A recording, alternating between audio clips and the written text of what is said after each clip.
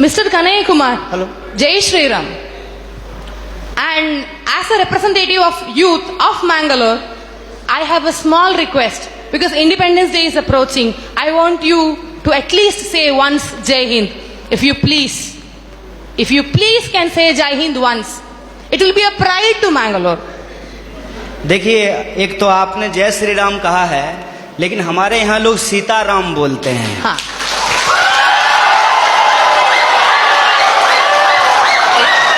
Sitaram. Excuse me?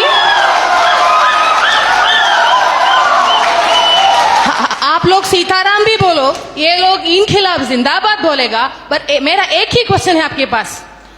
Dear sir, a few minutes before you have मैं आपके दूसरे सवाल का जवाब दे देता हूँ। नहीं, मुझे नहीं चाहिए आपका जवाब। ये सीताराम जय श्री राम का कोई फर्क कोई पड़ता है तो मेरा जवाब की जवाब नहीं।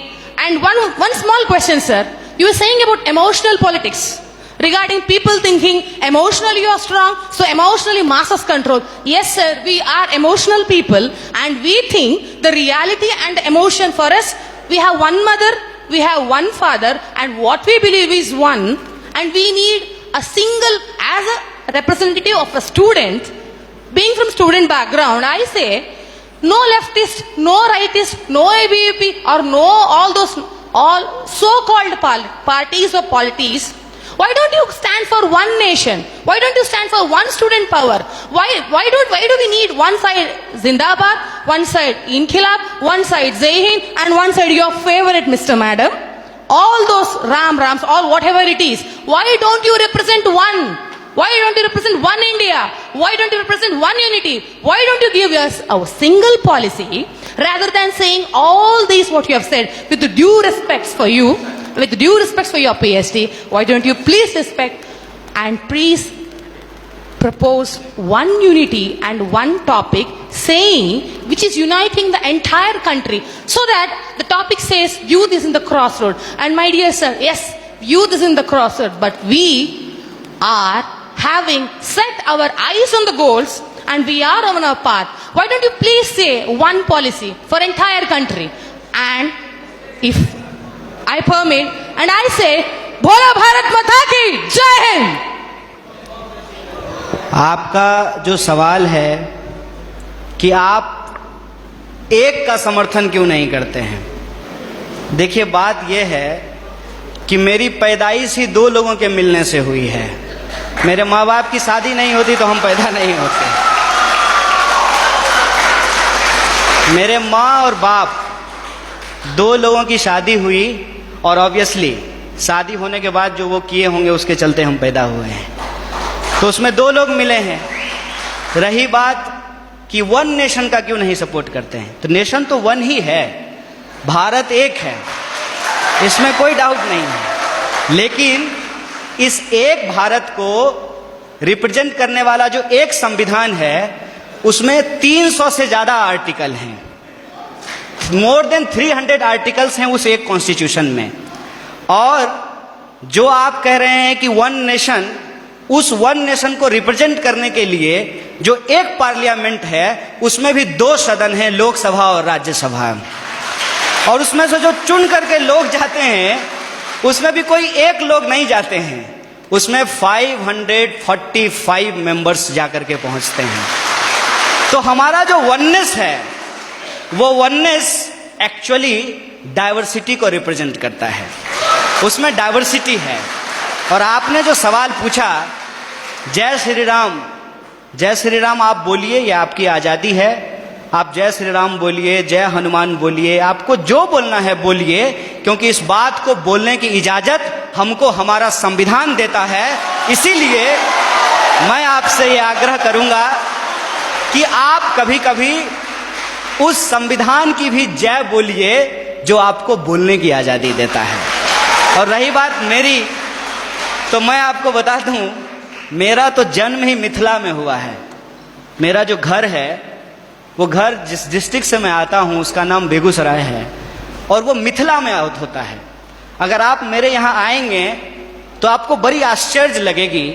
हमारे गांव में हर साल ये जो अगहन का महीना होता है हिंदी का, उसमें अयोध्या से बारात आती है और लड़के आते हैं बाराती बन करके, और राम लक्ष्मण आते हैं बर बन करके।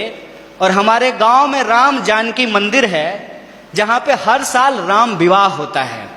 और मैं मजेदार बात आपको बताता हूं, मिथिला के जो लोग होते हैं वो राम जी को गाली देते हैं। पता है क्यों? क्योंकि मिथिला राम जी का ससुराल है और इस लिहाज से वो राम जी को मजाक करते हैं। हमारी संस्कृति में जब शादी ब्याह होता है तो जो बारात आती है तो बारातियों को सारातियों के द्वारा गालियां सुनाई जाती है, उनको गालियां दिया जाता है।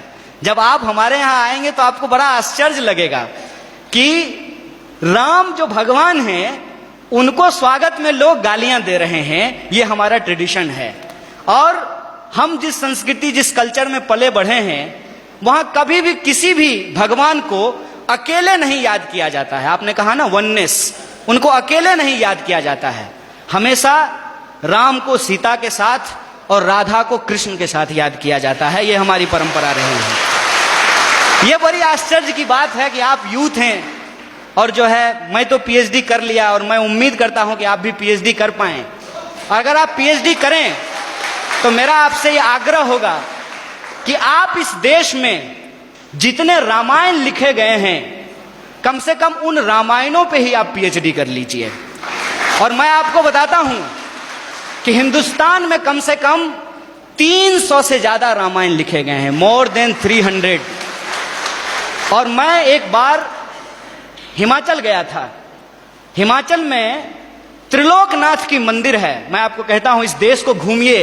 यह देश इतना शानदार है कि आप इसकी कल्पना नहीं कर सकते हैं। और आपको कई बार अपने आप को छोटा और तुच्छ महसूस होगा कि हम कितना तुच्छ हैं इस देश के सामने।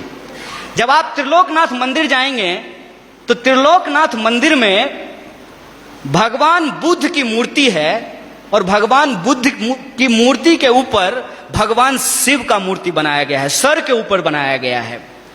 और उस मंदिर में पहले हिंदू साधु आते हैं जो प्रार्थना करते हैं, उसके बाद बुद्धिस्ट मोंक आते हैं जो वहां जाकर के परिक्रमा करते हैं। यह हिंदुस्तान की खासियत है। यह हिंदुस्तान की खासियत है कि वहां जो लाहौल, मैं उस जिले की बात कर रहा हूं और मैं फैक्चुअली अगर गलत होऊंगा तो आप मुझे करेक्ट कीजिएगा। लाहौल जिले में जहां यह मंदिर है वहां की जो भाषा है लाहौली, वहां का जो रामायण है जो लाहौली भाषा में लिखी गई है, उस रामायण में सीता का अपहरण रावण नहीं करते हैं, बल्कि रावण सीता के पिताजी हैं। उस रामायण के हिसाब से सीता एक्चुअली रावण की बेटी है लाहौली रामायण के हिसाब से। और राम ने प्रेम विवाह करके सीता से शादी कर ली, इसलिए रावण और राम का युद्ध होता है। यह हिंदुस्तान की खासियत है।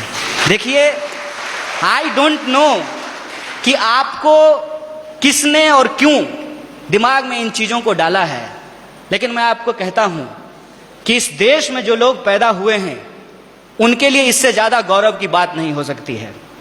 अगर आप हिमाचल जाएंगे तो आपको महसूस होगा कि आप स्विट्जरलैंड में हैं। और अगर आप मैंगलोर और गोवा के बीच पे सोएंगे तो आपको लगेगा जैसे मियामी के बीच पे लेटे हुए हैं। अगर आप इस देश के मैदानों में घूमेंगे तो आपको लगेगा कि ये अमेरिका के उस ग्रीन मैदान से भी ज्यादा बड़ा मैदान है। अगर आप दक्षिण के पठारों में घूमेंगे तो इसकी अपनी एक खास बात है। अगर आप छोटा नागपुर के पठारों में घूमेंगे तो वह खनिज संसाधनों से भरा हुआ है। मैं आपसे यही कहना चाहता हूं, आपका देश आपका है जैसे आपकी मां आपकी है। और आप अपनी मां से यदि प्यार करते हैं तो यह आपका निजी मामला है। लेकिन जब आप रोड पे चल रहे हो, कोई आए कोई भी रंग का झंडा लेकर के और कोई भी नारा लगा करके, चाहे वो इनकलाब जिंदाबाद बोले या जय श्री राम बोले, वो नारा लगा करके वो झंडा दिखा करके आपसे कहे कि तुम अपनी मां से प्यार करते हो, जरा करके दिखाओ, तो आपका क्या जवाब होगा? यह देश हमारा है, इस देश से हम प्यार करते हैं। और हमारे लिए इस बात को याद कीजिएगा, हमारे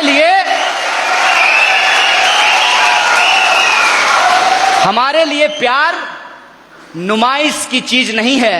हम प्रेम करते हैं और अपने दिलों में लेकर के घूमते हैं। बहुत बहुत शुक्रिया, बहुत बहुत धन्यवाद।